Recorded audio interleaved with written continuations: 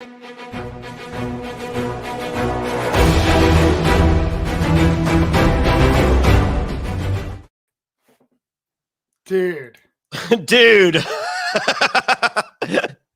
Matt Bischoff, I made you cry today. Dude, I was not necessarily expecting this. You got to be kidding me. Not a chance. Not a chance. Dude. Is there really Tarzan coming on here? I mean, I don't see Tarzan. I see his name, but there's no way Tarzan could be joining us right now. No way. No way. No fucking way, dude. I made you cry all morning, and now I'm bringing you the guy. Dude, I mean, he's working on his camera. I tell you, where's your camera, Tarzan? I don't know, man. I can't make it work. So, hang on. Does he have a thing in settings, Fairplay? Yeah, just go to settings. Should be at the bottom. Yeah, here we go. Camera. Don't know why it's not working, guys. Uh-oh. I hear it. It was working before I clicked in. Let me go out and come back in again. All right. I've said that before. Dude, are you losing your mind right now, Matt? Yeah, I am. This is like a Suri moment. Yeah. We had Suri on. Yeah. That's the only comparable thing. I mean, Luke Tokyo is pretty strong too. Yeah. But you did not expect this, did you?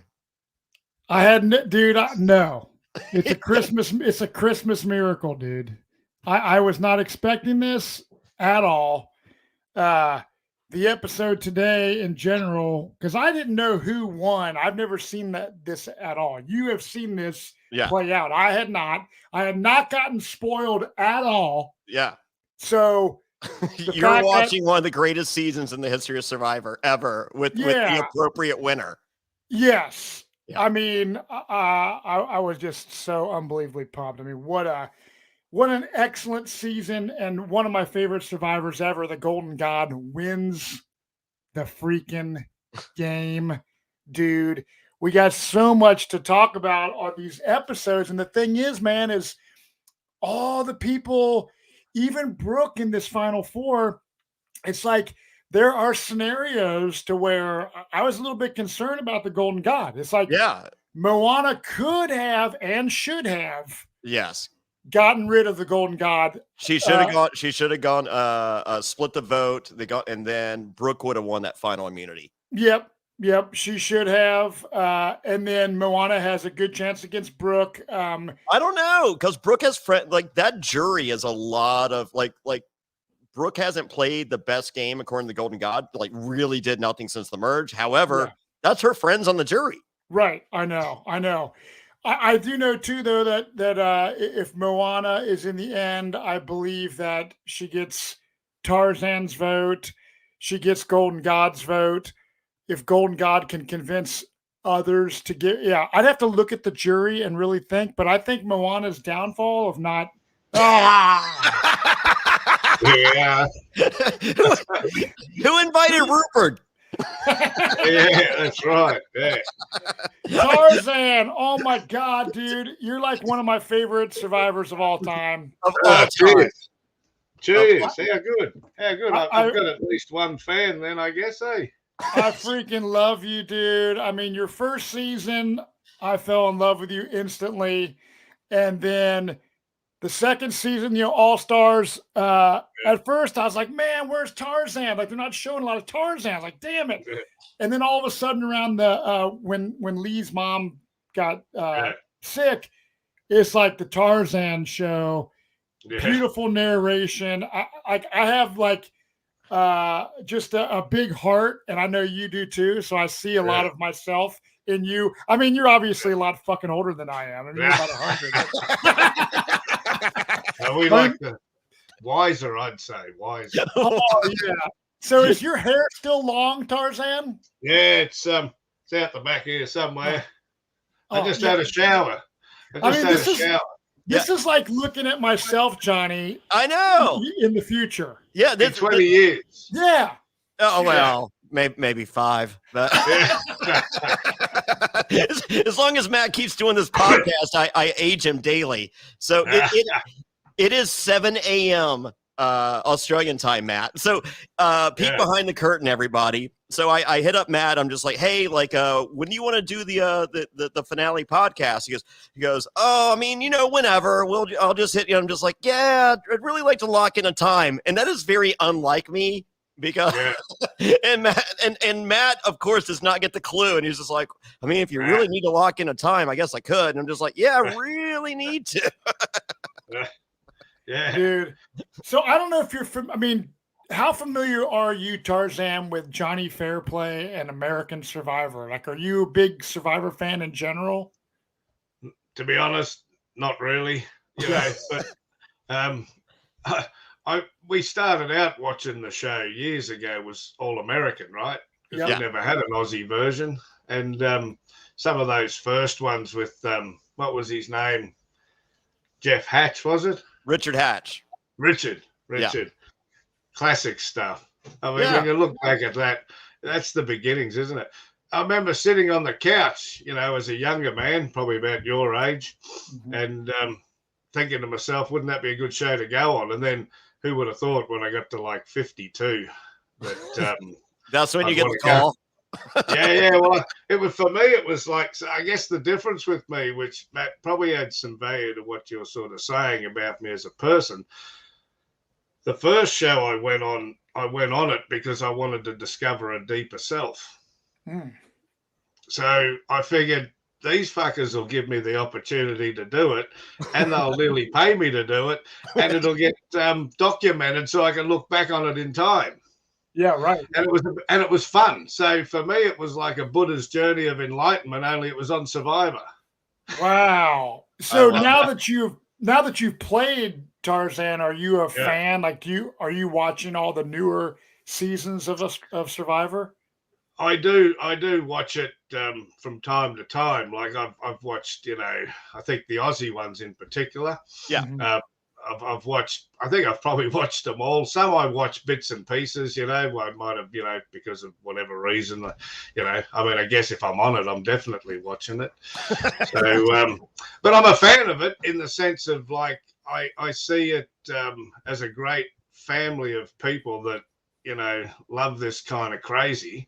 And I think I see it also in the light of that. I see it as it's a great opportunity for everybody for whatever reason they get on it. Like you see people go on for all their different reasons, and they seem to, I guess in their own way, get some sort of fulfillment or disappointment, particularly if they lost.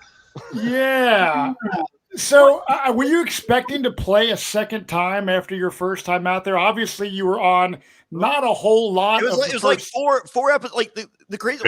We've talked about this. Like in the history of Survivor, there has never been a single player that we cared more about through 4 episodes. I know. Ever. It's incredible. And I think that adds a lot of value, Johnny, to the fact that why I went on it was for, and this is, you're asking you're talking to the horse's mouth here, I guess.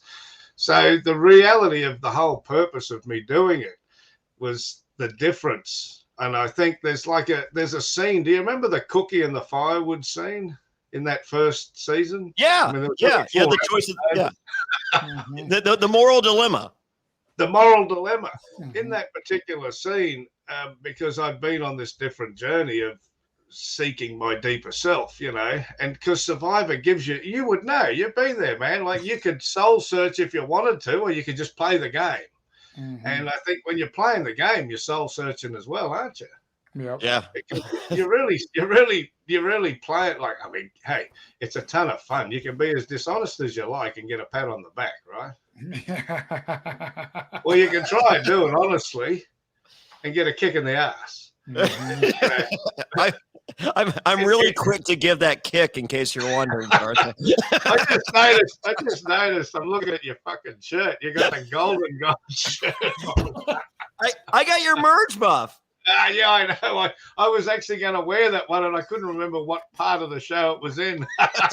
I honestly thought this was your first buff. Like when I got Dirty Harry sent me this buff, and then the Golden God sent me the shirt. I actually have it on backwards because he doesn't know how to make a shirt. He has the stupid shit on the front corner, like you're going to the polo club and you don't know what you're doing. So, when you make a shirt, you put your shit on the front, and that's it. Yeah. Exactly. Hey, I made a drink. I've got a drink that I sell in Australia. It's a kombucha, and it's made by Tarzan, and this face is on the front. Perfect. That's how you do it. Exactly. I have 5 beers in the U.S. with my face on the front. There you go. Yeah, you get it. Oh my God. I heard Matt was on a milk carton. Because they saw Matt on his season of Survivor Karamoan, and they missed him at the finale. Oh, that's right. I tell you what, Tarzan. So it took Jonny a long time to get me to watch Australian Survivor because I watch it. I'm a huge fan of American Survivor. I was lucky enough to play season 26 Karamoan. I was on Fans versus Favorites on the Fans Tribe. And then finally, when Jonny convinced me and we started doing these podcasts, it is far, in my eyes, it's far superior to American Survivor, at least the new, incarnation. 40, American Survivor, because you guys, when you play, first of all, what I like about it is everyone seems to respect one another's game and as a game. And I know people probably get a little bit of butthurt, but I see the camaraderie. If someone loses a challenge, you're all congratulating and hugging it out.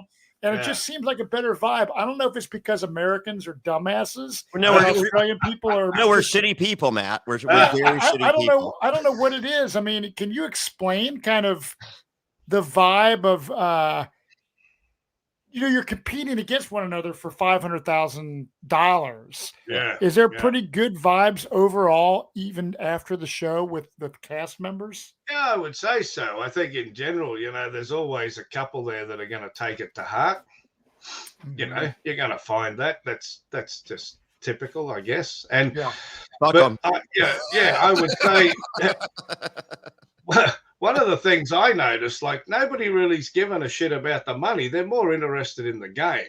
Like in the Aussies, from when I've played, everyone was more interested in the actual moment. Yeah. Then no one ever talks about the money. No one's ever saying, I can't wait to win that 500. They're all talking about, I guess, how great an opportunity it is for them to be on the show, firstly. And then secondly, I guess, there's a hope that they'll get into most talk about just getting into final 3, which I mean is going to get you closer to the money. But I think it's more the fact of winning it is greater than the money. Wow. So I love that. Yeah, I do too. And it's a 50-day game, Jonny? Yeah, it used to be 55. It used to be 55. They bumped it down. I think the last season was 49 maybe or something. Yeah, I think so. I did. Yeah, I think they did shave it off a bit there. Yeah, but still, I mean, what's the difference? yeah. I mean, shit. I think the last one I got to day 46. And you really, I mean, I was just in my groove. I was like, I could have gone another 50 days. It was such a treat. So we're covering the last so episodes 23, 24, and then 25, of course, is the reunion special. But episode 22 is your boot episode, and Tarzan, I gotta tell you, well, Matt Bischoff, I mean, he's got the Tarzan starter kit with the beard and all, and he looks tough, but he's the biggest softie there is of any survivor. Yeah. But can you still hear me? My picture's frozen. Your picture's frozen, but we hear you just fine. Yeah, we hear you fine. Yeah. Good. So, but with me, like there's a dark hole where there should be a heart, and there is not. I assure you, there's no heart whatsoever. And I remember watching this, like, so we're watching it now. Like, Matt just saw the finale this morning he had no idea, no spoilers, no clue, no anything. His prediction was a Sharn win, which you kind of predicted on your way out. But but for me, with cold black hole of where a heart should be, episode 22, I'm sitting there and I'm like, why is fucking Tarzan making me cry right now? You're a beautiful person, and what you said to the Golden God, it might have been fucking lip service and bullshit, but I felt was real, and like that. That's why I watch the show, is for moments like that. Nice. Well, thanks for that. I mean, that's a nice compliment, I guess, in the fact of the matter. That the reality is again, Johnny, it's because I go in there and I'm the same person you'd find at the farm. And because I'm in there again for when they rang me the second time, right, to come back, I was actually in the hospital. My wife was having her gallstones removed, and I was standing beside her bed while she's laying there in pain, and Survivor rings me and I take the call. I mean, what else are you going to do? I mean, I can't help the woman. I mean, she's in a hospital. I mean, all right, great. Tarzan's an asshole. I'm all in. I'll just shatter everything you thought about me. But no, that's perfect. I love you more. Like you're the Rupert I wanted. But I guess again, for me, I always felt there was a second time coming, right? And so when they rang, it was an instant yes, which surprised them, because they rang me 2 days later and asked me again. I said, why are you asking me again? They said, well, you said yes so quickly. And I went, well, I don't know what part of yes you've confused with. But anyway. So thanks again, Johnny. But that was reality, man. That's what it is. It's reality TV, but that was actually a real moment. And, I gave Dave my final bracelet that I had on my wrist. I saw that. And gave that to him as a symbolic gesture. I always felt he was going to win it. We were all hoping. So what was the significance of the bracelet?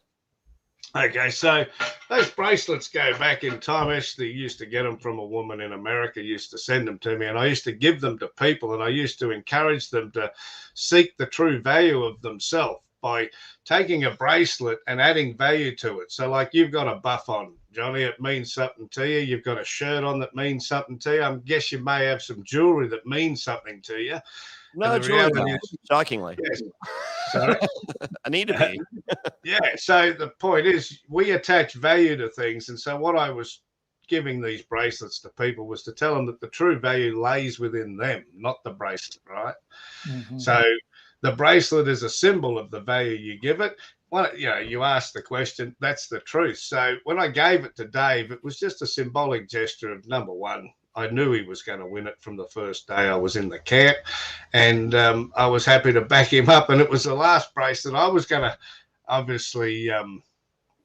So the point was, I gave it to him. It was like a see you later, mate, and congratulations. I know you're going to win it, and this is all I've got left is one bracelet. Who did you get the other bracelets to? I gave one to Matt Rogers. I took 3 of them. I took 3 on the show with me because I felt, if I got to final 3, I was going to have one. I was going to give, one to each of the other contestants in the final 3. And in the very, very first bloody challenge we were climbing up over these A-frames, and Daisy grabbed hold of my wrist and busts one of them, and it just goes everywhere. Oh, so at that moment, I knew I wasn't getting to final 3. Wow. That was fate decided. Yes, well, so for me, then I took the different angle, which was to be as great a support as I could to the person who was going to win it, and to, Moana as well, who was my other teammate that I was close to. And I got to just play me again. I was saying, you said about those 4 episodes in that first season, Johnny, and there was the cookie and the firewood scene. Yeah. I don't know if this is typically what your people listen to when they talk Survivor. So, this is a different twist, I guess. I mean, if I can fill up that black hole of yours with a bit of love, I need it. I need it. I mean, I just finished Christmas. What did it mean to you? Exactly. What do they say? If you want to see if you're enlightened, spend Christmas with your family. I did. I have two. I have a 14-year-old and a 5-year-old. It was a very magical Christmas. But I typically don't mention stuff like that because it ruins the gimmick. They'll never hire me again. Well, this will bring you to another level again now, because when I did that, I was quite confronted, and the cameraman was so he was so, I mean, you guys, would it be the same rule? You can't talk to cameramen, you can't engage with cameramen or sound people. You got to ignore them. They ignore you, so to speak. That's a rule we have. You can't engage with them. Same. This particular cameraman, because I was so overwhelmed by this scenario, the moral dilemma. I was like, absolutely, you'd swear I'd lost my greatest friend. I was in absolute tears. The cameraman, so much so, he stopped filming and broke the rule and said, "Hey man, like, what the fuck, And he's like, why are you so upset? Yeah, he's like, it's cookies and fucking firewood, man. Why are you so upset? And I went, because I'm deciding who I want to be. Wow. And so I took the firewood, right? Yeah. And I took it back to camp. Anyway, when that aired on telly, here comes the thing that'll fill the rest of that black hole. Oh. So whenever it is, 6 months later, guys, I think when it airs, that particular scene airs, somebody's watching that on telly. They know you're back on the island, back in Australia, the bigger island. Yeah. And this woman messages me and she says, after watching that scene with the cookie and the firewood, she said, "I've given up prostitution and crack right here and now." Whoa. Wow. And I was like, "Are you serious?" And she's like, "Absolutely. I've been a prostitute and a crack addict for years." And she said, now after watching that moment of where you fed those people, they brought the firewood back to the people that don't even like you. She said, that was enough to turn me to drop the crack pipe. Now, we're 7 years later or something, right? She's still off it. She became a social worker in the end. Oh. I would have asked her one more out the door. You know what I'm saying? Yeah. Well, I mean, the point is it turned someone's life around. That is incredible. I mean, that is exactly what we did. Talking Survivor and gameplay is cool and all, but hearing stories like that is really what makes what Jonny and I do on these podcasts really cool. And our listeners want to hear. Yeah. Well, as you said, I was on there for 4 episodes, which is kind of like pretty pathetic. You kind of never remember the fourth person to get voted out. You don't know their name. You have no idea. Like the person that goes home on episode 4. Yeah, who is that? Do not know their name. It's just like, oh, so and so got voted out. It's like, did they? Yeah. Who was that? Yeah. Oh, except you always remember the first one, don't you? Like, who was that well, I mean, the first one, because it used to be you got that one question at the reunion. It's just like, how's it feel to be the first out? It's like, it sucked. I got to play Survivor. It's like, okay, great, next question. Yeah, that's right. Get that. You're in for 3 days. Yeah, I know. So the point was, it was interesting. So for me, and then when I gave the idol to Tessa, I think that was the final thing there, guys, that made it so that Tarzan, and I got the nickname Tarzan on the show. I never went in there calling myself Tarzan. Let's be clear. Peter, the guy on the show, he dubs me Tarzan. Yeah. And John, the host, LaPaglia, JLP. Yeah, JLP. As we're swimming to the shore, he's confused between the two Marks, me and the other Mark, and he's like says to me, "Hey man," as I'm nearly drowning between the boat and Samoa, he's like, "Hey man, do you mind if we just call you Tarzan?" I went, "Whatever." Yeah, that other Mark guy, nothing ever came from him. He ended up winning. Yes, he did. Which is crazy because I haven't watched the season where he won, but I was I was not like a Sorry. mega fan. Sorry. No. I spoiler knew. Yeah, I knew that he won because I was at Fairplay's house watching like. I had just so Matt came for his birthday to we went to go see Jerry Cantrell from Alice in Chains in concert, and he stopped by, and I was just like, hey, I just watched the Blood versus Water finale, and I literally cried. Like it's an hour and a half episode. I literally cried for 45 minutes. Would you like to see it? And he goes, yes. He goes, I want to cry for 45 minutes. And Matt cried for 55. Yeah.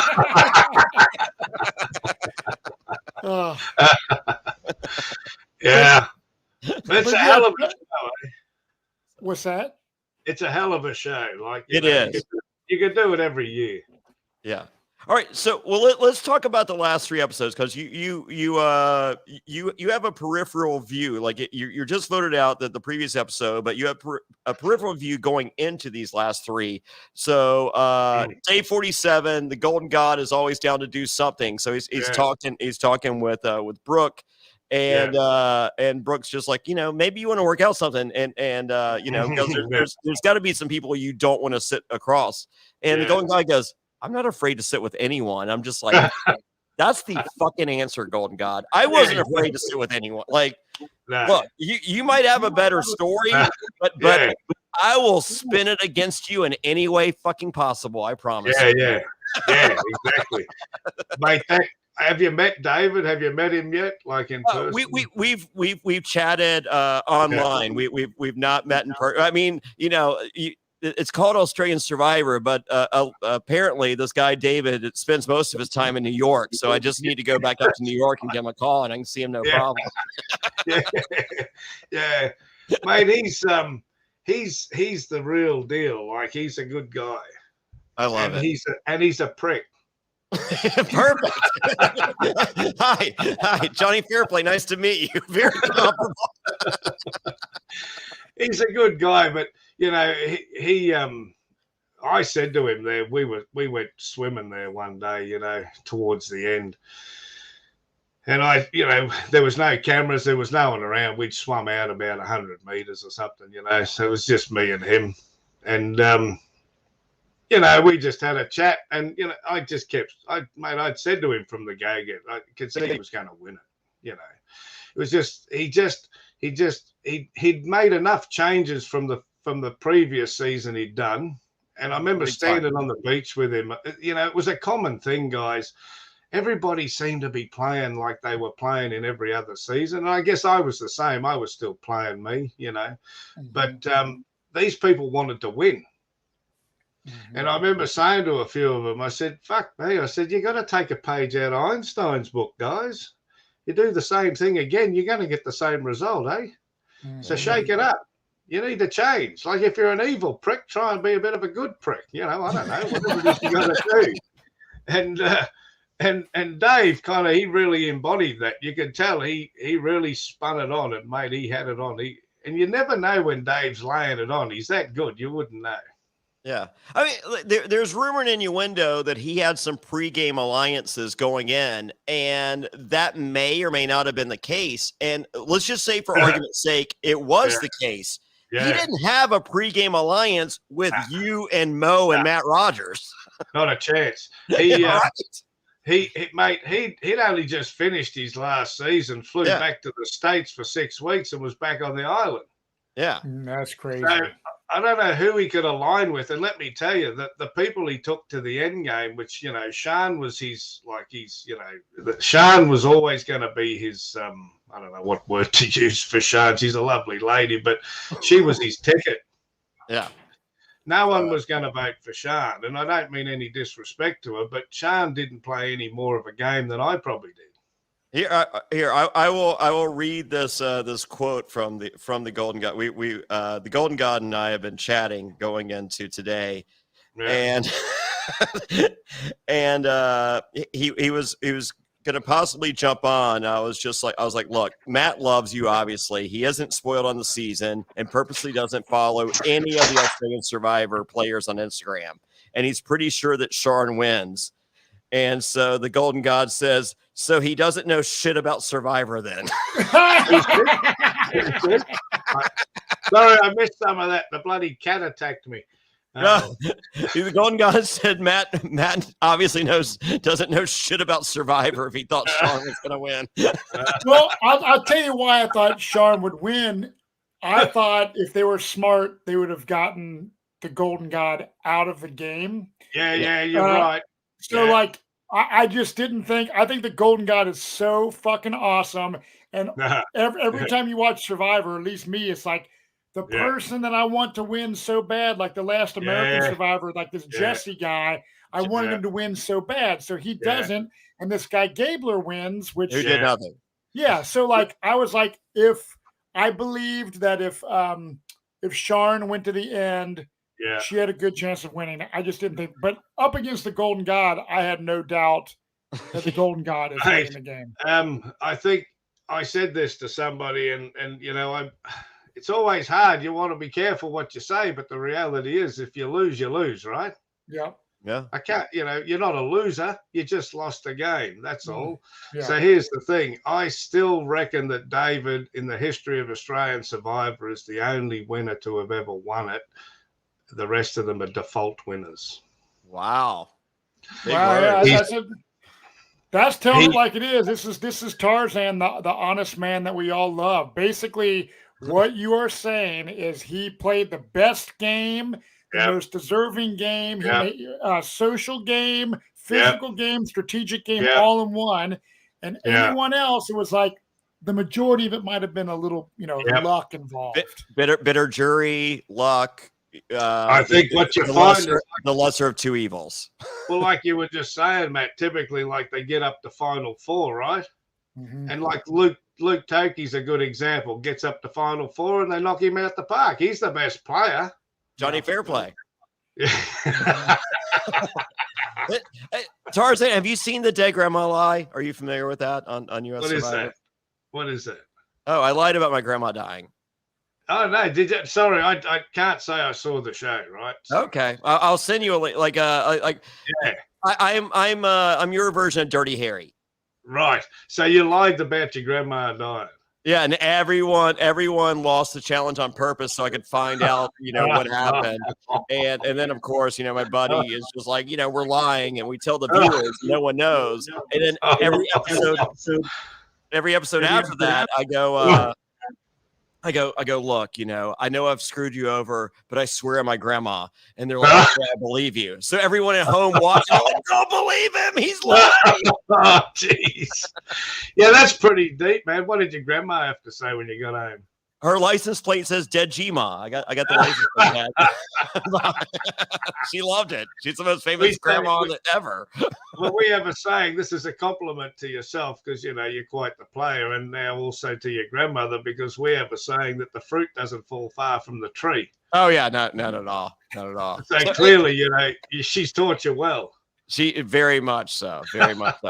Actually, so Matt, you don't follow Tarzan on social media, but you will now that the season is done. Yes. So Tarzan made a post today on Instagram, and I honestly, it is one of my favorite posts of 2022, and really? and it's been an entire year. Do you remember the quote, Tarzan? Or would you like me to read it or? Yeah, probably, because I thought they were all brilliant, but this one in particular. Yes. So Tarzan posted today, the best time to plant a tree was 20 years ago. The second best time is now. Ah, that's fucking awesome. How cool is Tarzan? Tarzan, what is this on Instagram, Johnny? Is it? Yeah. It's Tarzan_survivor_AU. Here, Tarzan, give this a shot real quick. Go down to your settings and click your camera, and then click off, and then click back on, and see if that works. Stop camera, right? And then go again. All right, and you're still frozen. Nope, maybe not. Nah. Nope, he's still frozen. Yeah, I don't know why. Hey, at least you can hear me. But this is Oh, we Australia. can hear you. You look the same, Tarzan. You got this is Australia. We don't have a lot of good reception here, you know. Yeah, technology. I get it. There's 20 million of us in the place half the size of the world. There you go. All right. So back to 23. So Mo says it's time for immunity. This final immunity with Brooke. And GLP is just like, hey, what's the camp life like? What's the camp life without Tarzan? And Mo's like, Tarzan just has a zen over you. And I was just like, Mo, stop it. you're gonna make Matt Bischoff cry. Like I'm gonna well up a little bit, but Matt Bischoff's gonna cry. So I was just jumping on Insta and following Matt. I hope I got the right one. I think I got a different one. Mine's at the Matt Bischoff. Yeah, that's what I've got. Does it say husband, dad, co-host, reality show? That's me. Yep. You'll probably scroll down and end up finding pictures of my wife and not realize. You'll be like, "There's no way this guy is married to this chick." we remind Matt weekly. I know that if Tarzan was out there on the island, you were like saying, who were you saying was hot out there on the? Was it maybe it was the Golden God you said was hot? Oh yeah, I remember saying, because see, here's the funny thing, isn't this? I love this about television land, right? So we're sitting at home in the lounge. We're watching David's season, you know, with Sean and whoever else was in it and stuff. Luke Toki. Luke Toki's out there. Yeah, Luke was there. Yeah, and it was a great. You weren't saying Luke was hot. No, I wasn't saying Luke was hot. Luke's a nice guy, but I wouldn't say he was hot. But the funny thing is, me and my wife are there watching it, and of course, I know that I'm heading out there to go on to the next season, right? You know, it's a matter of weeks. I'm not going to see who wins this show. We leave kind of like, I think, just around the time they merge. Okay. We fly to Fiji. So I remember saying to my missus, I said, "See that Dave fella there?" I said, "If he's on it," I said, and I go the distance, I might come back looking like him. Did she call you a liar? Yeah, she does. She's disappointed. For the record, Tarzan, you are number one. You have the greatest tan in the history of any survivor ever. Thanks, man. Yeah, number it's natural. It's natural. Number two, you look good leaving Fiji. 16 kilos I dropped, man. It's like I mean, you didn't look bad before, but you were svelte. Yeah, I was good. I enjoyed it. I was swimming in the water there on one of the last challenges thinking, fuck me, I can swim.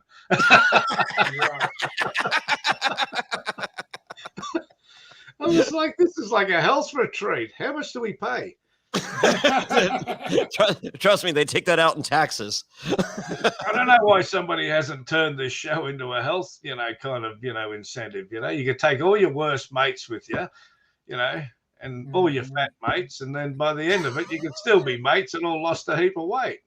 I don't have any friends, Tarzan, so Matt's just contractually obligated. So you know all the good things you said about the Golden God. I'm missing those attributes. Yeah. He's the yin and you're the yang, I guess. Yeah, I'm just the yang. Yeah. Well, that's where all the fun is. I say to people, the yang is where all the fun is. The ying's where you celebrate, but the yang is where you do all your trials and your tribulations, and then you come out of that and you enjoy it. So that's your yin.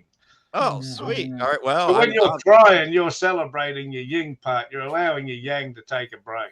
Well, that's why me and Matt work well together. He's all yin, I'm all yang. Yeah. So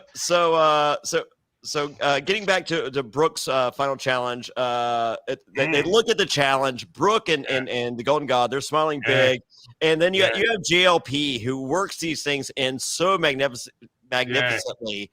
Day busting nut after nut, and I'm just like, that That's That him. sounds like a typical Friday night for the Golden God.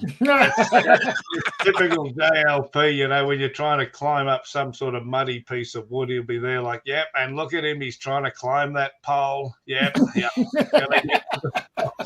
Do you guys love JLP or what? What's the relate? Because like with Probst, there is some. I mean, like Probst is one of my arch enemies on US Survivor. Yeah. So where it looks like everyone loves Jonathan, and we even see like on this season, like Lockie does not like what Jonathan said during the swimming challenge on the debut, and he got in his face, and Jonathan's like, dude, I don't care how big you are, I'm big too, let's go. And I'm just like, wow, there is mutual respect, and this guy don't give a fuck. No, I think Jonathan has got I think, he is well liked in Australia. I think he's seen as the host for Survivor. I think if you changed him, I think there'd be a gap. I think he's suited for it. I think he does a terrific job of it, and he is very much the guy who he wouldn't step down. He never gives the impression he'd step down. I'm pretty confident he's on the set telling anybody what he's thinking. I mean, but do you guys love him as players? I mean, like when you see him, just like, yes, Jonathan's here. This is our guy. Yeah, I think so. I think there's that camaraderie. I'd agree with that. When, everyone's always happy to see him, except for when you go to tribal council, there's at least one who doesn't want to see him. I think... Well, I just think Jonathan, a lot of people complain about Jeff Probst now being not only the host, but the executive producer and coming up with all these ideas. Yeah. And I was always like, there is no way, like Jeff Probst no one can replace him. If Jeff Probst leaves, there's nobody. But Jonathan Pataglia could come in and host American Survivor, and I would be more happy than I would. Yeah. They look like twins. They look like twins anyway, really, Well, I mean, like the movie Twins with Arnold Schwarzenegger beside Danny DeVito. Yeah, that's it. That's the spin. He seems awesome. We've had a couple exchanges on Instagram, and he knows I'm a bad guy, so he brings it full throttle every time I say something. Yeah, right. And he's got my respect, and so does Probst. I mean, if Probst were more interactive, like Jonathan would be, it would be the same. So I think he's well. I think he's actually. I would say even over the the last few seasons, I'd say he's even more approachable with the contestants. He seems to engage them even more. Yeah, I feel like that was like with Probst. If you go back and watch like the first 6, I was on season 7 and season 16. Right. If you watch the first 6 seasons, he's like kind of a behind the scenes narrator of things. Yeah. With me, like there was just this animosity between the two of us that he started saying more because he's just like, I hate this Fairplay guy, and I'm going to call him out every second I can. And then that evolved into him interplaying more. And I mean, you guys are only a few seasons in the grand scheme. I mean, we just finished season 43. For Jonathan to be, so engaging so early on in the grand scheme of things, I think is amazing. I'd agree. I think Jonathan's well suited. You wouldn't want to replace him. No. Well, we want him here. So, and he can do both. He lives in Los Angeles, right? Yeah, I guess he does. Yeah, that's right. Yeah, I mean, he can fly to Fiji or wherever just as easy as he can fly to wherever. So, we want to steal him from you, but also allow you to keep him as well. Yeah, for sure. You'd have to talk to him. I'm sure he'd be happy for the extra money. Who wouldn't like it? So that the next to last immunity challenge, the Golden God wins, and it is an epic challenge. Did you you say on your exit interview that you think Brooke's going to win the next and the Golden God is out? Did you once you saw what the challenge was, were you just like, okay, Dave's got this, right? No, actually, that challenge that got him into the final 3, is that the one you're talking about? Yeah. Where he beat Brooke. Yeah. That challenge, that was an epic challenge, wasn't it? Like, and It she was was. holding. See, she was Dave's only threat. Yes. She was physically. If she'd have won that, he'd have been gone, and the girls would have went to the end, no doubt, no doubt. And you would have had another. But see, then you wouldn't have. Brooke would have deserved the win. If she'd have won that, she'd have deserved it, right? So you think she wins? Well, sorry. You think if Brooke wins that, Brooke wins the game? Absolutely, she'd have won it hands down. Even Dave would have voted for her, I'm sure. Okay. So I mean, because because the Golden God explains to us a couple episodes ago, he was just like, he goes, what Brooke is doing right now, challenge wise, is amazing, and she's a beast, and there will be no one like her ever again, and kudos to her. However, she has not made one move since the merge. No, you're right. She was in the background. What I think a lot of people forget, and I think even Survivor players forget, is Dave got to where he was because he was the best player, in my opinion, that has ever played Survivor. But regardless of that, you never get there on your own, do you? Nope. See, every time someone says, I got rid of someone, you go, bullshit. The Alliance got rid of him. Yes.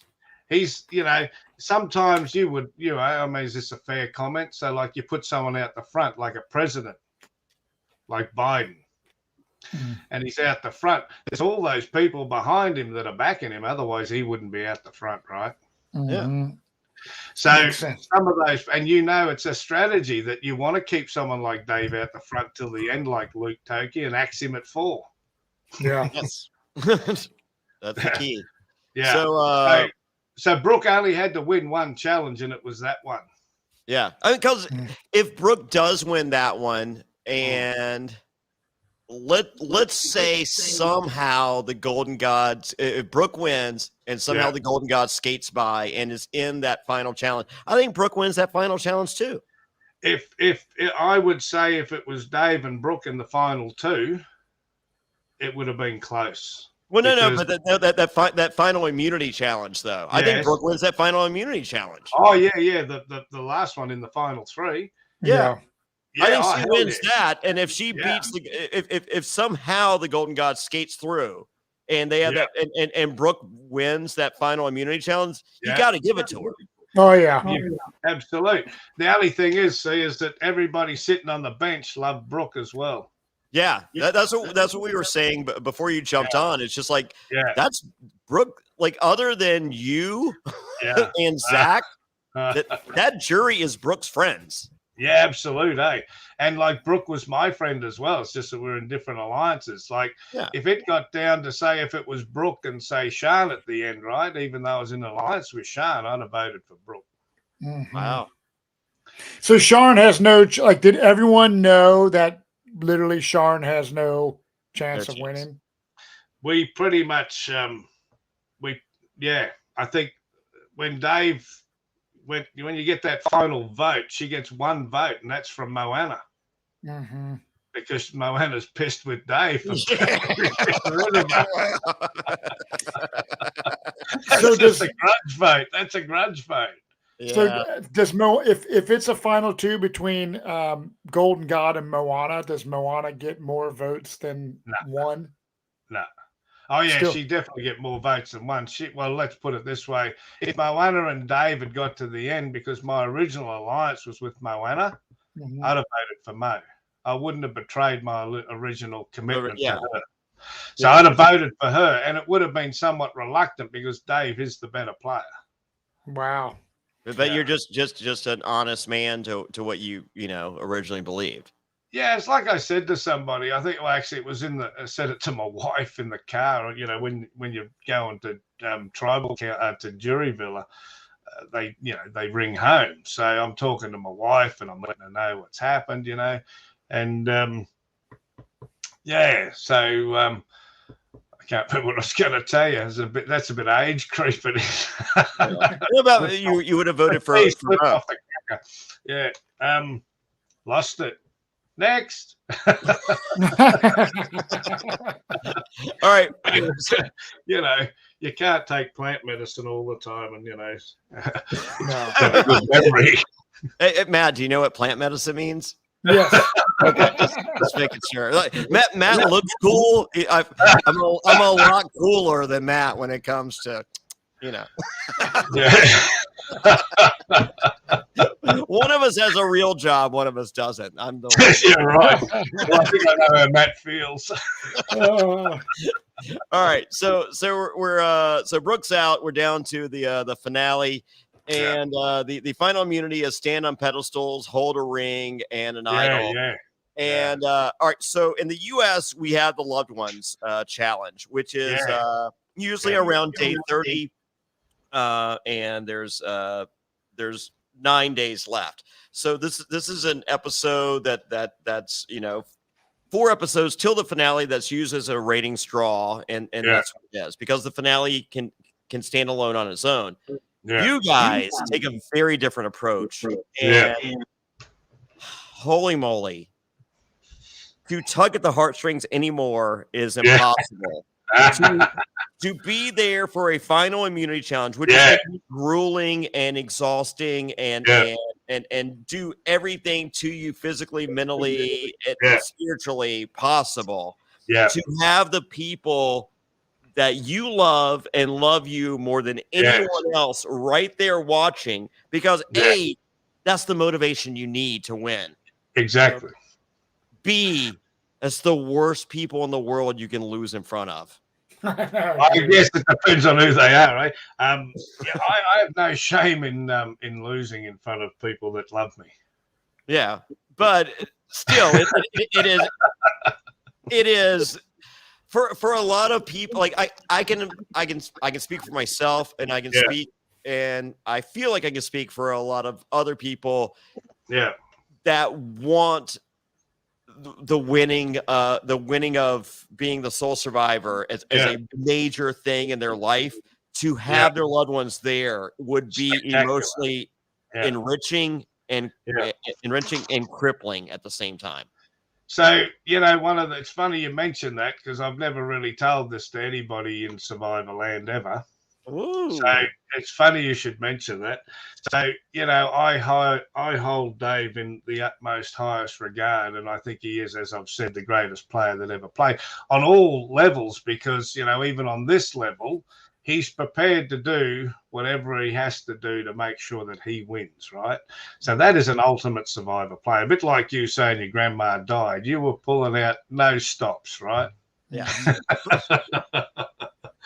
So on that occasion, when I think I went for that swim with Dave, I was telling you about, and we were talking, it was close to the end. And I said to him, Dave, I'd really love to just get the final 3. And he's like, Taz, you got this, man. You got this. I went, yeah, I know. So I said, now you're talking out of your ass. I said, now I can smell the difference between Taz, you've got this, and Taz, you've got this. There's a difference. There's a difference. And when you're me, you can smell it. And I said to him, I said, see, Dave, for me, it's not about the win. It's all about getting to the final 3 just so my wife can turn up. That's all I want. I just want my missus to turn up. I wanted to see her. I wanted to be proud of the fact that she's there. Yeah. And it brings tears to my eyes saying it. So, now when something's within your power to do good, you should fucking do it, right? Mm-hmm. Yeah. Well, he was given an opportunity. He decided to go the other way because he didn't want to risk the biscuit, which I understand, because you want to win a game. You're not there to give an old bloke a dream come true. Which one, I reckon, would hold greater value in the long term? Trouble is, is if she'd have been there, I probably would have got immunity, and I would have pissed him off, and I would have taken Moana to the end.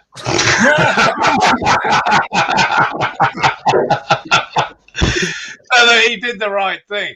He did the right thing. Wow. So, yeah. But that to me was the ultimate. If I'd have got to the end and my wife was standing there watching me, that would have been all the inspiration. Don't forget, I dropped 16 kilos. I was fitter and stronger at the end than I came in at the start. Oh, yeah. And yeah, I you look good.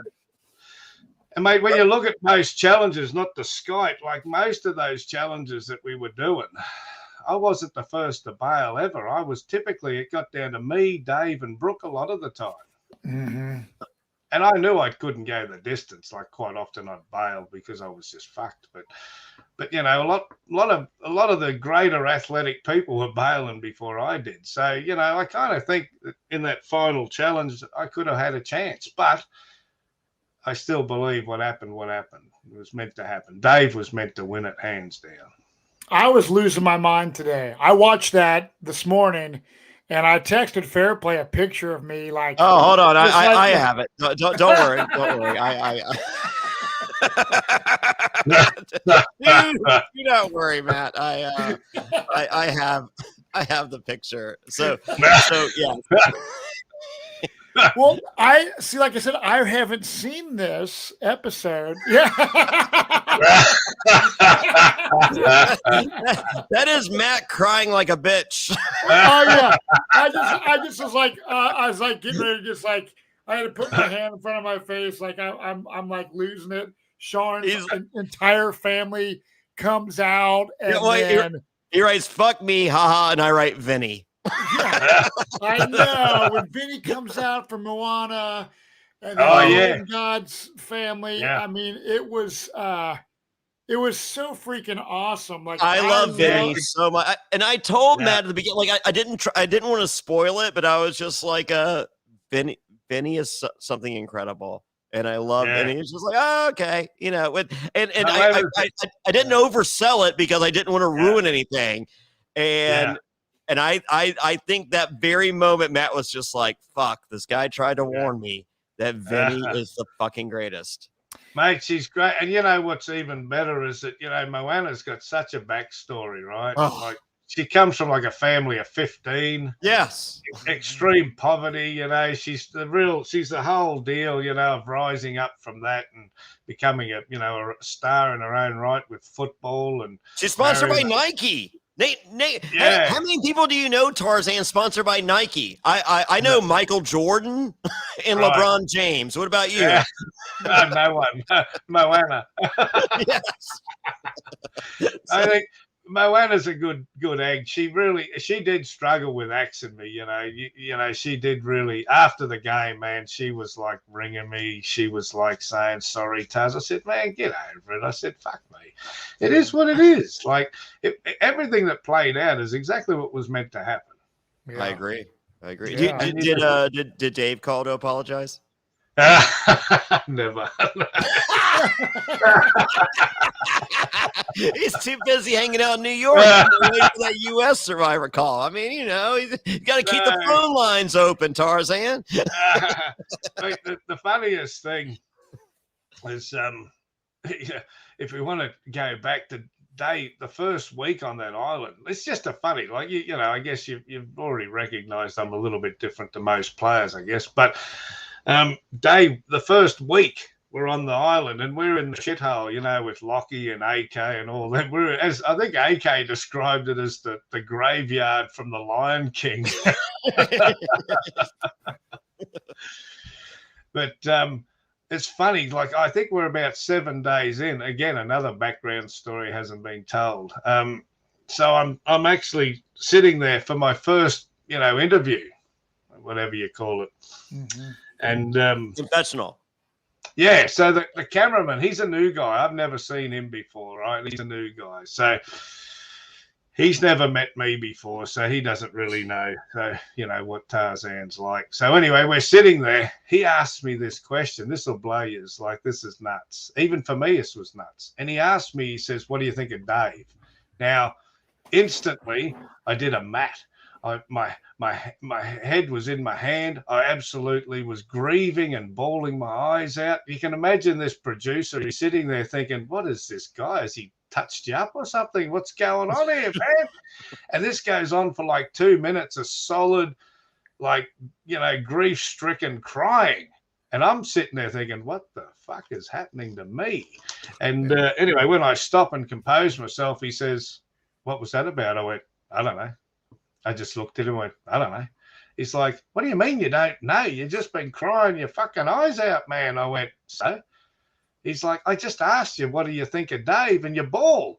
I went, "Yeah, we'll see. I don't know. I'll have to check in and see with myself what that was about, because I just respond typically to stuff. I guess there's a trigger and I don't know why I triggered, but I'll check it out." So I looked internally and I came to the conclusion that I'd attached. This is getting deep for you, isn't this, Johnny? You'd like. I love it. Oh no, this is beautiful. I am secretly a very compassionate soul, but once again, do not fucking share that information, Tarzan. I'll never work again. Tune into this, this podcast and see Johnny Berry's soul. I do. So when I check in, what comes up is that I'd attached an emotion to Dave. See, because like this is how I play. See, I play like this is my last day. When I'm playing, this is the only thing that exists. My family, and they no longer exist. No one exists except the group that I'm in. That's how I play. This is my moment. See, I'm in the moment. And in reality, everybody's in that moment. They just think they're playing for a future. But you're actually playing for today. And they forget. They're all focused on the end, but I'm only focused on the now. So when I checked in and I checked that I'd attached this emotion to Dave, which was I looked at him as a brother and as a son. And so when they mentioned Dave, it wasn't tears of grief. It was tears like you would express for a loved one, that they mean something to you, right? And it was at that moment I realized that I was basically just going to be there to see Dave to the end. That's it. There was 3 occasions I could have axed him. Sean came to me. Others came to me. We formed an alliance. Tarzan, we need you. We're going to get rid of Dave. And I'd go, no. Wow. Oh, God. I need a Tarzan out there when I go back. Jesus Christ, I need a Tarzan. Well, no, because he's like, you know what I attached to you? Going home. This is why we love Tarzan, Fairplay. Like the whole, like everything we've ever said about Tarzan during our podcast, we're talking to you now. You are what we saw. That's the beauty of Survivor casting. They want to cast real people that are their true selves. And you are the most legit person. Tarzan, you are what you are, and it shows. You're not making up this character. And it's a beautiful thing, and we love you. Literally, thanks, man. You're the only good guy I say something good about. Johnny usually hates. I assure you. Good on you. No, thanks. Well, it's nice. I mean, look, the Survivor family is such a family. Like I work on another show every year, except when COVID's at its peaks. It's a show called "I'm a Celebrity, Get Me Out of Australia." Yeah. And so I work with the same film guys and sound guys as I did on Survivor. So every year I get to meet the crew again. Oh, wow. I play a character for these pommies. I play a character called Kiosk Kev. And I got that gig after my first Survivor. They saw me and went, hey, we want that guy. So I actually play a real angry Australian. Well, so I did coverage of the Challenge Australia, not with Matt, with a couple of the other podcasters on the network. Yeah. And we had Johnny O was on there and Brooke was on there. But we had David from I'm a Celebrity, Get Me Out of Here. And he is something, huh? David. From the Australian one. No, from the he was on the Australian Challenge, but he was on the I'm a Celebrity, Get Me Out. I guess he was a fake celebrity. Yeah, but on which show? The Pommy one or the Australian version? The Australian.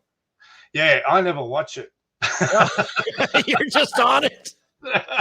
No, I'm on the Pommy version. Oh, okay. The English come to Australia and they film I'm a Celebrity, Get Me Out of Australia. Oh, okay. Sorry. And I'm not a contestant. I play as a character. Yeah. Okay. The Australian version of I'm a Celebrity, Get Me Out of Here. They had this guy, David, that was a fake celebrity. Yeah, no, I don't know it. I never watched it. He was great TV. Like he was Johnny O cut his mullet and look. Yeah. He actually had sex the first night in the house on the Challenge Australia, and I'm just like, who is this guy? Yeah, right. Well, if you Google Kiosk Kev on your computer, you'll see me. But I've got a Cobra hat on. But anyway. So I guess I was just relaying again the camaraderie between the camera people as well, and that it's, I find that's a really great energy. Those guys, like when I meet them on that film set every year, it's like, "Hey man, how are you?" It's like, "G'day, Tars." It's just I look forward to it so much. It's 3 weeks of living with these guys again, but you get to talk to them. Yeah, you get to. I won celebrity bull riding, and like the first day on the set, like a bunch of guys came up. They're like, "Hey," and I'm just like, "Hey." They're like, "Do you remember me?" And I'm like, and they're like, "We were camera crew, for Survivor." And I'm just like, yeah, we're not allowed to talk to you. And they're like, "Yeah, we know. My name's Troy, and my name's," and I'm just like, "Yeah, we called you cheeseburger, we called you weed, we called you cigarette, we called you stinky." So we just made up names. You remember on All Stars, me, Dave, Mo, and Sean, we go to this hut in the bush, and we get to indulge and we take a shower and stuff, and then the next day we're up for challenge again. And I don't know if you can remember this challenge, but we got tied to like a piece of rope, and the rope goes over these hurdles, and you got to go over and under and up and down, and then you got to put a ball, walk through a ladder, put a ball up in a thing, drop it in a bucket. Anyway, just prior to that challenge, I said we were just heading over to get set up for the challenge, and I said to one of the producers, I said, "Man, I got to take a shit." He said, "Are you serious, Taz? We're just about to roll, man." I went, "Hey, we'll fucking roll, all right." I said, "If I get in there over those hurdles, there'll be shit everywhere, I'm telling you. I think it's in the interest of the public that you get me a fucking toilet." Oh, my God. And the funny thing is, so they get one of the runners, right? We call them runners. I don't know what you call them. But anyway, one of the runners comes over and he digs me a hole in the sand dune. In the US, they would have made you dig your own hole, I assure you. Well, I said to him, he said, "No, man, I'll dig it." You know what? This is Aussies for you guys. So listen to this, eh? So as soon as I'm done, I got the shovel. I start backfilling. He's like, no, leave it. I'll do it. And I went, "No, man, I bury my own shit," right? Yes. Funny thing is, when we went into that challenge, I was the first man right through to the end. It's just that the puzzle got me. It's just the puzzle did me. The great equalizer But funny story, because here, you're talking again about talking to camera guys and stuff. So now I end up back on the show. I'm a celebrity, I'm there again filming for the Pommies. And this guy comes up and he says, "Do you remember me?" And I went, "No." I said, "Mate, I really don't." And he said, "The shovel." I went, "Oh, yeah, you're the guy who the hole." That is fucking awesome. Mate, every year I see him now, we look at each other, we just give each other thumbs up. We know what we're thinking. That is hilarious. I love it. I love it. All right, we're going through quickly the final the reveal of the loved ones for the final immunity. Yeah. You got Sharn. She has Damien and the 4 kids, and like right there, the eyes are eyes. Are you crying yet, Matt? Oh no, I'm crying because I know how you're already crying. Yeah, as soon as Sharn, I knew it was like as soon as Jonathan was like, "This challenge is, wouldn't it be great if the loved ones you haven't seen," whatever he says, and then come around the corner and it's the entire family. Yeah. I put myself, because I played Survivor. Yeah. I have a beautiful wife and 2 sons, and I can only imagine 50 days in or whatever the hell it is, and seeing my wife and my kids come. So I'm relating to that, and I just started losing. I started losing my mind. So right there, you're crying. I'm crying immediately. Okay. So, but next is Bella and Vinny. Yeah. And holy moly. I know. I say one of the greatest moments in the history of Survivor, right? Like I got it if it's not top 10, you're wrong. Yeah. Vinny could not be more excited I know. Or did not care. Either way counts to be there. Yeah. And I am for either. Oh, she's like hugging the golden god. She's so happy. Yeah. She's just like, oh, I love this whole. It was. Yeah. It was beautiful. And the fact that Australian Survivor is so good at telling backstories. Yes, we knew what it meant. Yeah, so Yeah, I was yeah, already right. prepared from early on when I saw Vinny and Moana's wife. I'm like, Yeah. okay, here it is. This is completing the story. Yes. Yeah. And it was just an epic Brilliant. moment.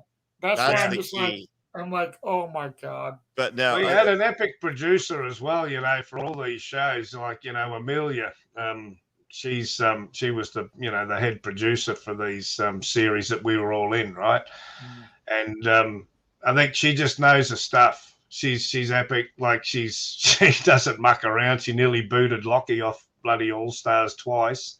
Stopped filming. Yeah, said, mate, if you don't pull your head in, I'll axe you. She said, you'll be the first one to ever get booted off the show, but I'll do it. What do you do? Oh, he was just being Lockie. Is he an asshole? No, well, yes and no. He, you know, I guess he is, but he is and he isn't. Like, you know, they put us together because it was like a father and son who hate each other, I guess, you know.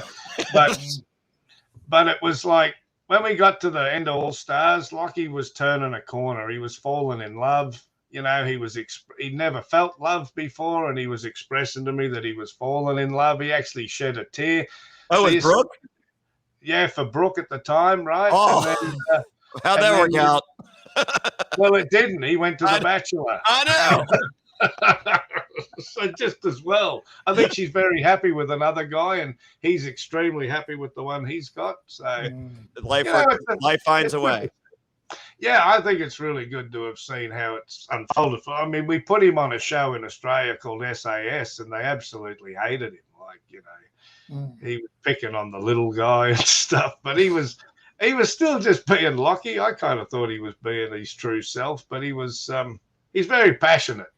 Well, I got a couple questions before I forget. So I want to know about a couple people. Matt Rogers, is he amazing in real life? And do you find him to be one of the top Survivor players? Yeah, so I'd say he's I don't know what top is, but he's very good at what he does, Matt. Like he's an Aussie icon, Matt, right? Yeah. Funny thing about Matt and me is, see, I'm very much, we never grew up watching sport, so football, cricket, all that. My parents never encouraged sport, so we never actually cared, you know. Yep. So when I'm now on the stage with Matt Rogers and we're there just about ready to head into the island, I'm sort of looking at this coconut, and I end up cracking this coconut because I felt compelled to offer the coconut to this fella who I'd never met. And I said, here's a piece of coconut, mate. I said, what's your name? He said, I'm Matt Rogers. I said, oh, yeah. I said, what do you do, Matt?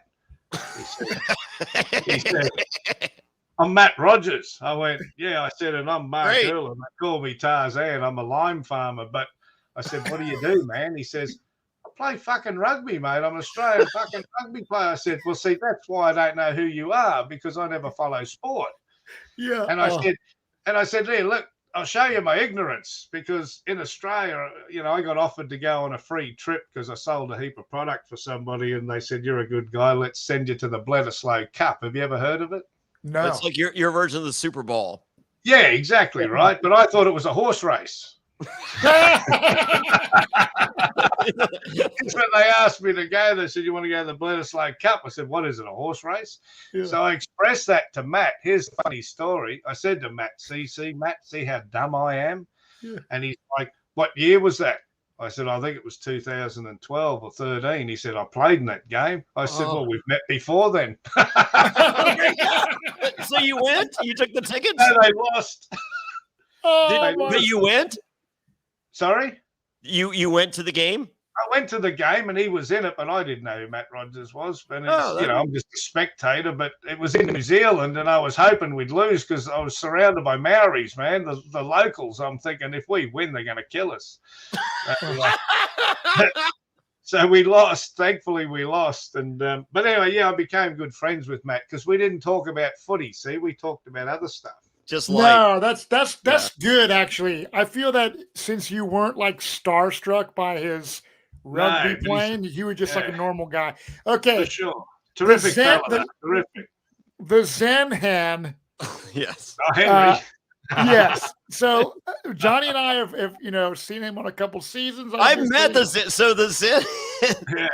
All right, so I had not started watching Australian Survivor when I met. So a few years ago, I met Flick, Phoebe, Henry, and Jericho, right? Jericho. Oh, Jerry. Yeah. Yeah. Okay. So I had not watched Australian Survivor at that time. So so Flick and Phoebe come up to me, and I'm just like, "What's up?" I'm like, how do you do? Don't tell me I'm about to start watching your season. Don't tell me, but you do good. What's up?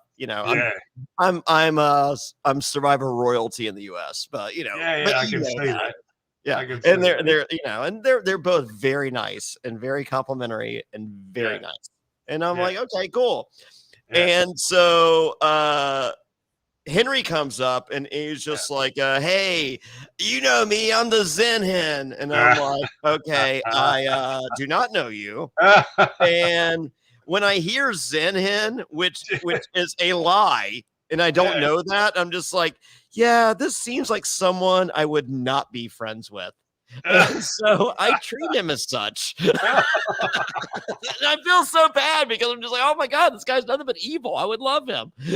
Henry's very passionate. When he came into All Stars, he was gonna win it, man. He overplayed the fuck out of it, didn't he? I think he realizes that. I think I think his age got the better of him.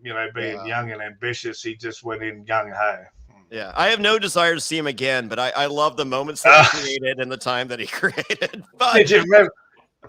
I can't. I haven't had it. Look, he was in my first season I played. Yep. He was in that one, right? Yep. And nice guy, but he was in the opposite tribe. But when I played in All Stars with him, I remember we were in opposite tribes again. But I just the closest I got to Henry, and that was I got to grab him and pin him up against one of those bloody balls we were rolling in the water for that challenge. Yep. That was good fun.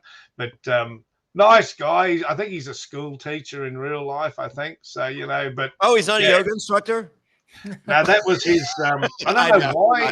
I got to agree. I don't know why you'd go into a Survivor challenge or Survivor competition trying to let everyone think you're a yoga instructor. I mean, I'm voting you out because you're a yoga instructor. It's like, hey, I'm a yoga instructor. I'm like, great, top of my list, the yoga instructor. Let's get rid of this asshole. And I think he's got a good heart.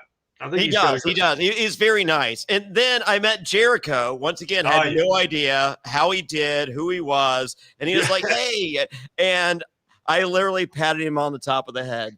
Yeah. And I was like, oh, you're so sweet. Good luck. You have no chance. And if it makes you feel any better, I said Nick Wilson on Survivor David vs. Goliath. He came up to me before he had already filmed. And he came up to me and he goes, Jonny Fairplay, I'm a big fan. I love you so much. And I go, thank you. He goes, I'm on the new season. I'm not supposed to tell nobody, but I'm on there. And I patted him on the head. I go, sweetie, you have no chance. And he won.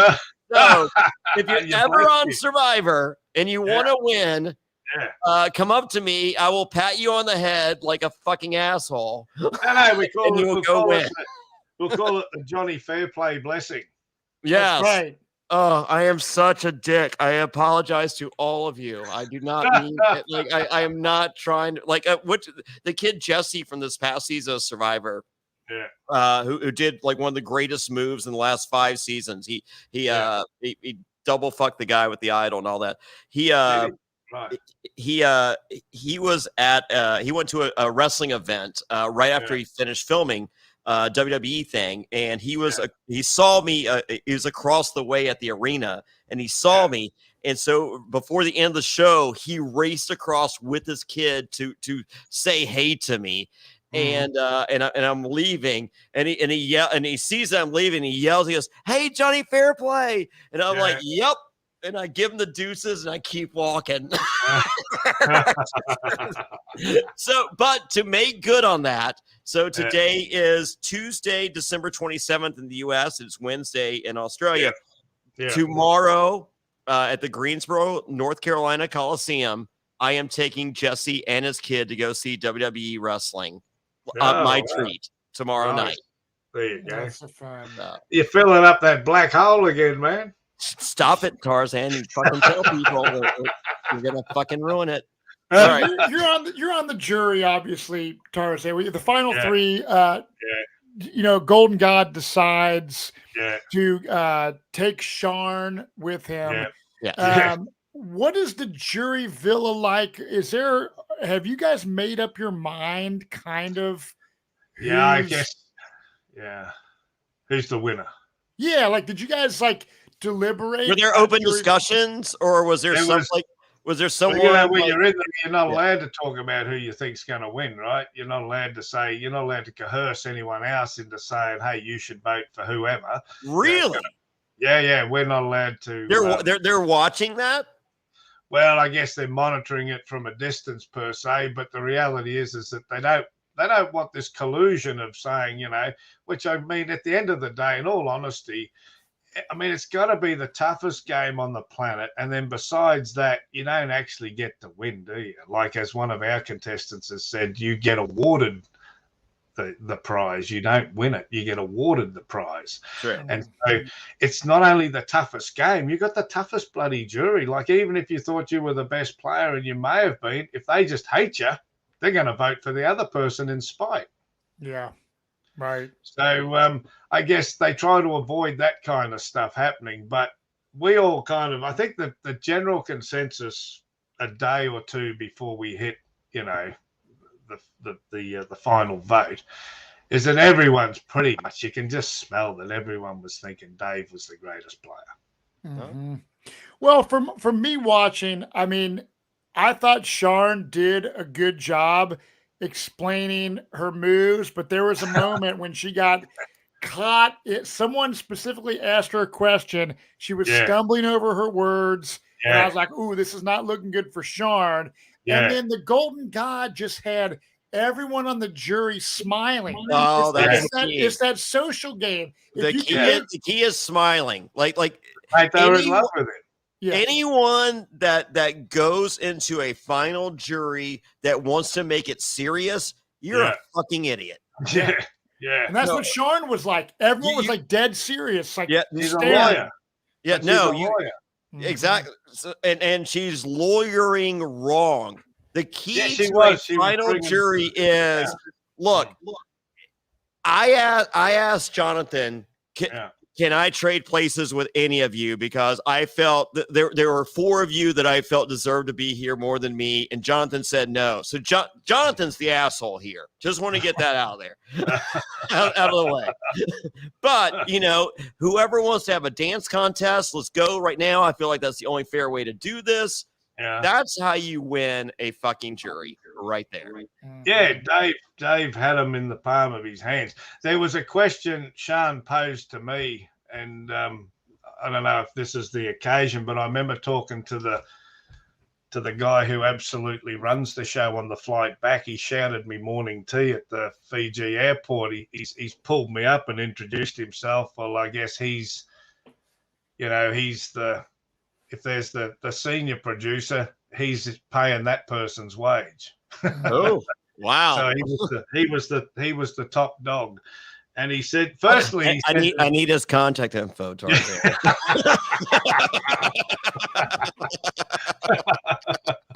Well, the first thing was good because and the last 4 of his social security number, please. I can't even remember his name. Perfect. Thanks. Way to go. Worst alliance ever. Well, he says to me, firstly, I thought I was chuffed because, number one, he's asked me to come and have morning tea with him before we fly back to Australia. And I was like, yeah, okay, that'd be fun. And he was paying, so that was even better.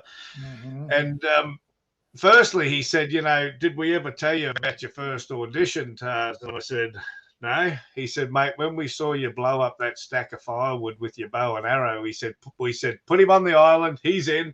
All the other bullshit we made you do was just to tick the box. Did you give him the middle finger? No, I kind of saw where he was coming from. You would have done the same thing. Yeah, but he said to me when he was there for that final, he said, I'd said something about Sian, and the minute I said it, he said, we face planted the console because we just saw her die on the spot. You killed her when you said, remember when you said vote Mo? And exactly. that was the end of Sian's game right there. Yep. Exactly. Even if there was some, I mean, like it may have already been done, but that was the death blow. That's it. That's what he said. And see, the funny thing is, as you would have known from seeing the edit, when that's playing out, she is mouthing to me, vote Mo. She did. We saw it. We all saw it. Yeah. And so here's the thing. See, and Mo didn't believe that. And I can't believe Mo still voted for Sian after that being revealed. That's because Dave axed her. Yeah, but still, Dave was true to her until, like she would have done the same. If Mo wins that final, she's taking Sian too. Absolutely, she was taking Sian.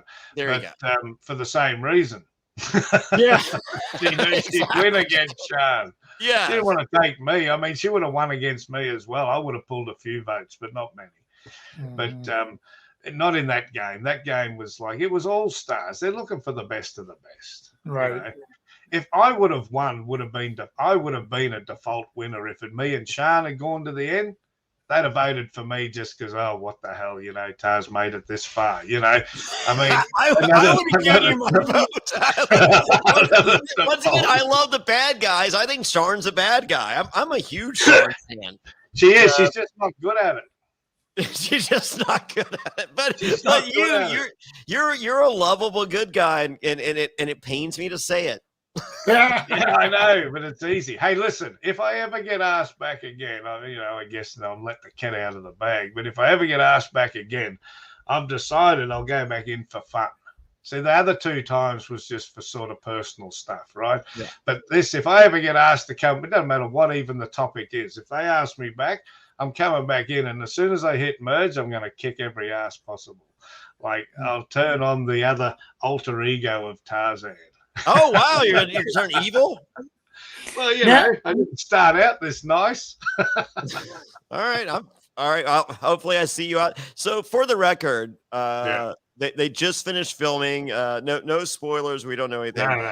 However, there is I have a couple friends that were on the last season. Right. Heroes v Villains. Yeah. And production asked one of those players, and I can't say who, King George. No. but they're like, hey, we've seen you and Jonny Fairplay chatting on social media, and him talking about his interest in Australian Survivor. Does he mean that, or is he just fucking saying shit for Instagram? But me and George. Is George saying it for real? Is that what you're saying? Well, no, they were asking George, did I really mean that I'm interested in doing Australian Survivor? And he's like, right. Oh yeah, he's in, and they're like, honestly, and he's just like, no, he wants to play real Survivor.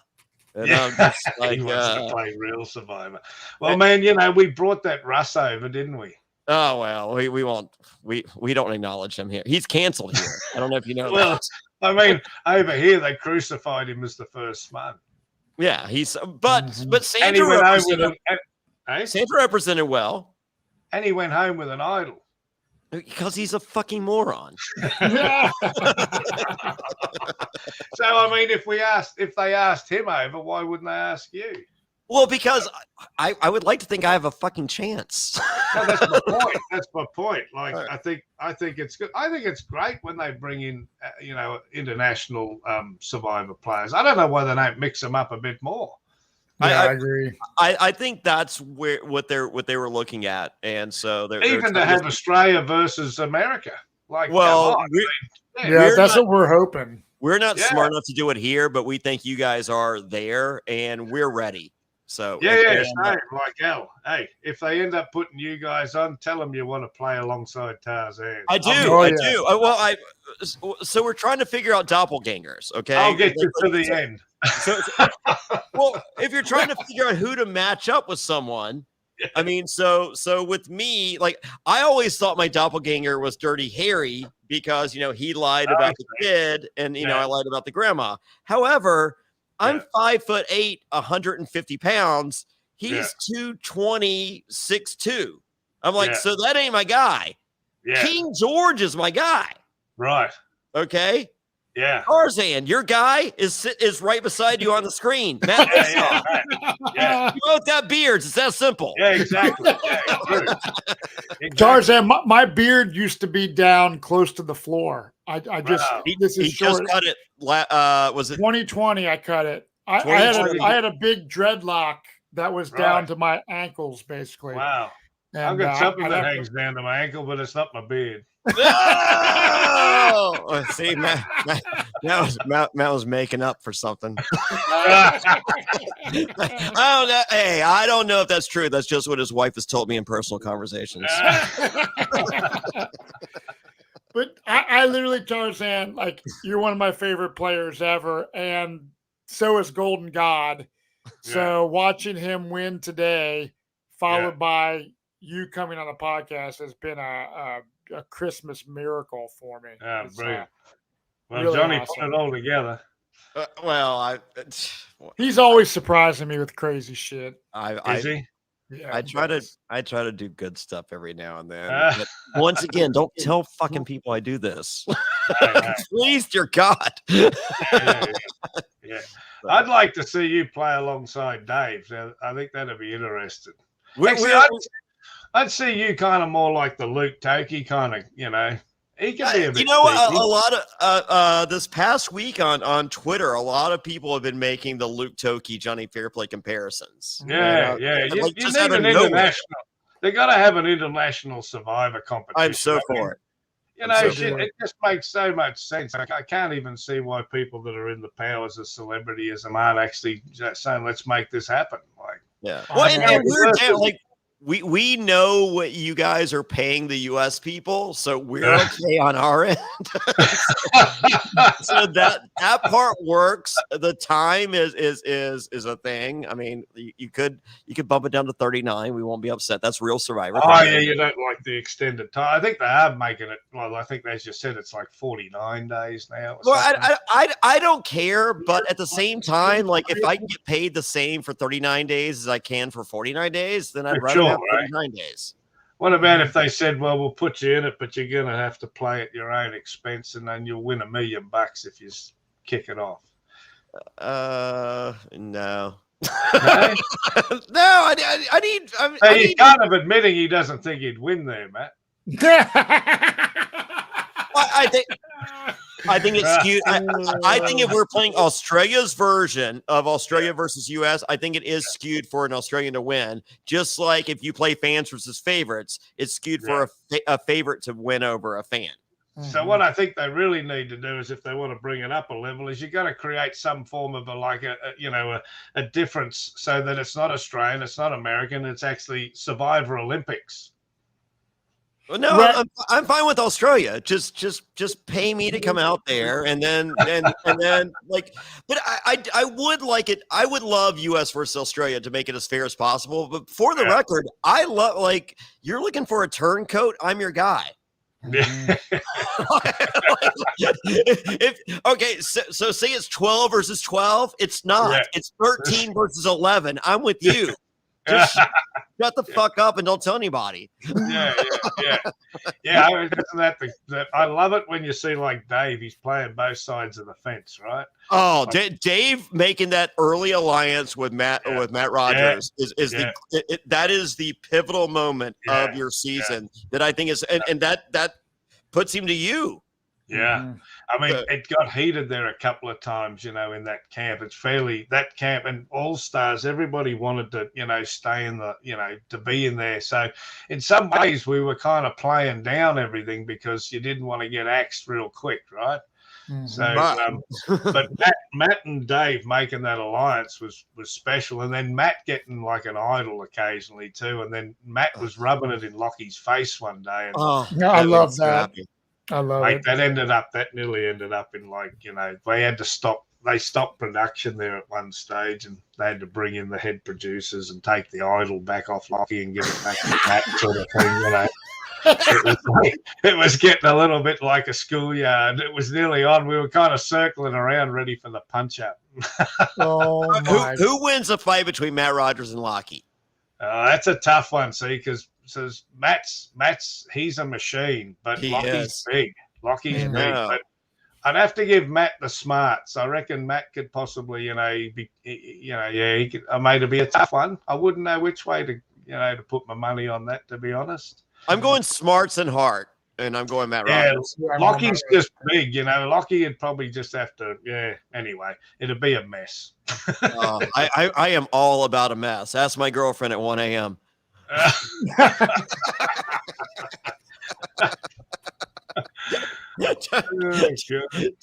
Tarzan. So what do you have going on right now before we let you go? I see. So Matt Bischoff has not been following you up until this podcast. That's correct. Because he didn't want any spoilers. But you have an online presence. You're selling some goods, brother.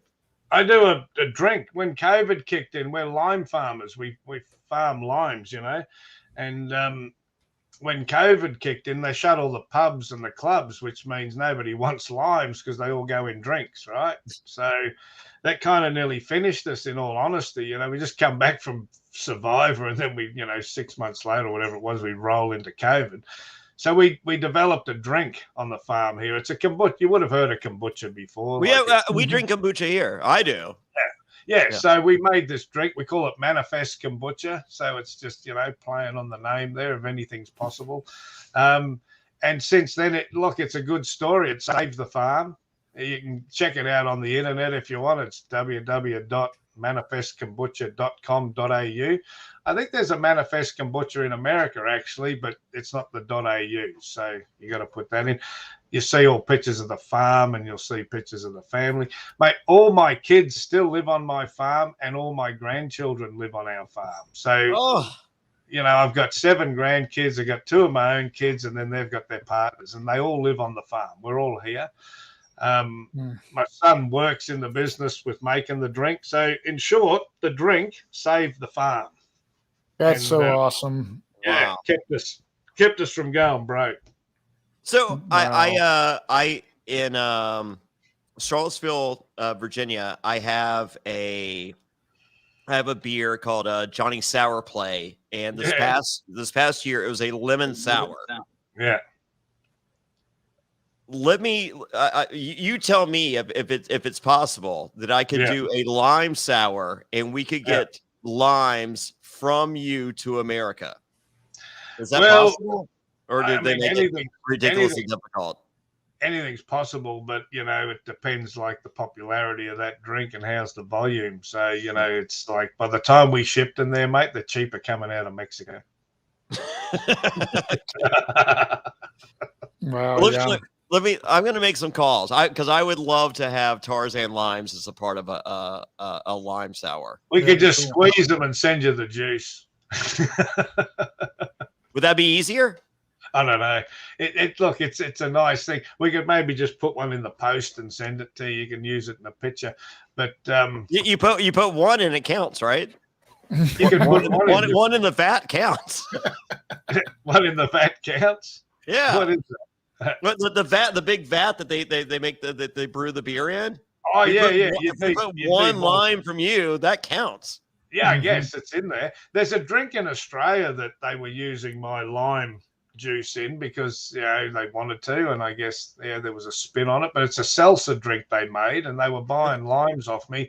They put, if you want to say just an equivalent, like in say a 330 ml can of the drink, there was probably 1 eye drop of lime juice from me. Oh, perfect. There we go. 1 lime. All right, Tarzan, I need 1 lime. I'll hit you up. You can at least say it's in there.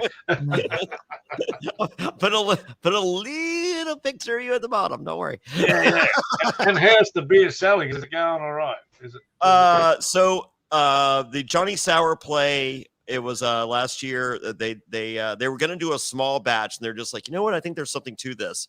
And so they released it. They sold out. It was just a Virginia release. They sold out completely in 2 weeks.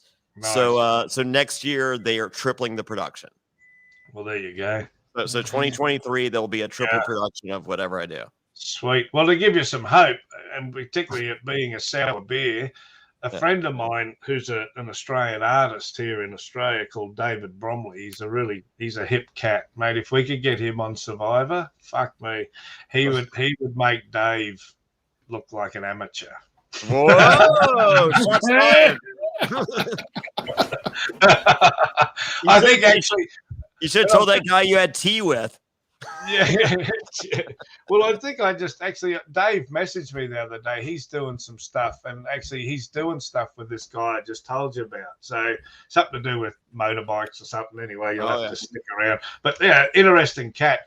But that guy, just to give you some hope, he encouraged me to make a drink. He's a friend of mine, and he did the artwork on the label. He did the picture, like it's my exit picture from All Stars. He did it as a portrait, but it's in his style. He had some. It's cool. Yeah, have you seen it? Yeah, I'm looking at it right now. Manifest Kombucha by Tarzan. Yeah. It's like a cartoonized little, black and white. Yeah, it's terrible. Yeah, it's cool. Anyway, he inspired me to make this drink just through a phone call when I was talking to him. He's like, "How are you?" I said, "We're fucked." That is the correct answer, Tarzan. It's only up from there. Yeah, that's right. He said, "You've been fucked before." He said, "Why is this any different?" I said, "I'm older." Anyway, he told me this story. Never go into these ventures going, "Dude, we're gonna kill it." That is the opposite thinking you should have. You say we're fucked, and anything else is good. That's right. Well, I said to him. He said, "Look," he said, "I'll tell you." He said, "Do you ever heard of Two Dogs beer? There's a beer that was here. Have you heard of it?" Yes. Yeah, right. So we have Two Dogs here from you guys. Two Dogs beer. Yeah. Yeah. So he did the logo for those guys. It's the two dogs on the can, right? Yeah. You know where the name comes from, right? No. Right. So you want some extra information that you've never heard? Yes. So Two Dogs comes from the old joke. We have a joke that I guess probably stemmed from America. I'm not exactly sure because it's about American Indians and how they name their children. And typically this was the story we heard, but we heard it as a joke, is that they would say whatever they see, as soon as the child's born, the father walks out the teepee and he sees whatever he sees, and that's what he calls the child. So running deer, you know, wife with frying pan or something, I don't know. So this typical joke, this guy comes out and they say, why'd you call your kid Two Dogs fucking?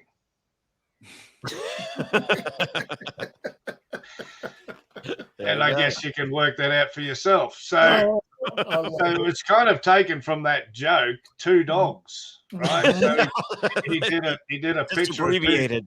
Yeah, he's just cut out the punchline, I guess, or put the punchline in. Anyway, get to the chase. So those boys, they were lemon farmers who grew lemons and, like me, couldn't sell them because of whatever reason. So they'd made a beer out of lemons on their farm. I believe within about 3 to 4 years, they sold that business, I believe, to the Belgians for like $20 or $40 million. There you go. Wow. And now it's ended up in China, I believe, have taken possession of it. And it has an annual revenue of $180 million a year. I've been trying to sell Matt for 2 years. So there's hope for your sour beer, man. Yes, thank you. Yeah. I'm happy so far. Yeah, you just need to get maybe Dave Bromley to do your ad on the front. You know, do a picture of you on it or something. I have a picture. I'll send you some pics of the beers that I have. But I would love to make it more and more special each and every year. Well, send me some pics and I'll do an Insta post about our illustrious meeting today. So don't worry.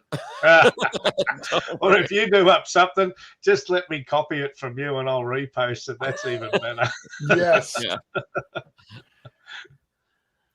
So.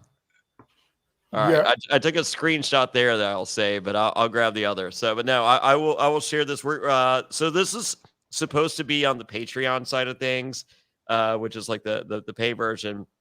But just to give everyone a clue of what the pay side is like, I'm going to make this as a Happy New Year present to everyone, free for everyone. And I'm going to put this on the free side for everyone. And Tarzan, it pains me to say this, but it doesn't. I love you. And you make rooting for a good guy easy. Thank you so much. Oh yeah, this was like a top podcast of 2022. I was completely shocked when I saw your name on here. I'm like, he just no saw way, you fucked up. I love it. It's been beautiful talking to you. I loved watching you on the show, and I hope one day, who knows, maybe we'll play together, maybe we'll hang out at an event somewhere. The world is it's a crazy world, and crazy things happen. So it would be awesome to meet you and hang one day. But thank you for coming on the show. No, it's much. Listen, you guys have made my Christmas and my New Year even more of a treat. So I'm sorry. I'm sorry to hear that. My life is so shallow that you've made it interesting.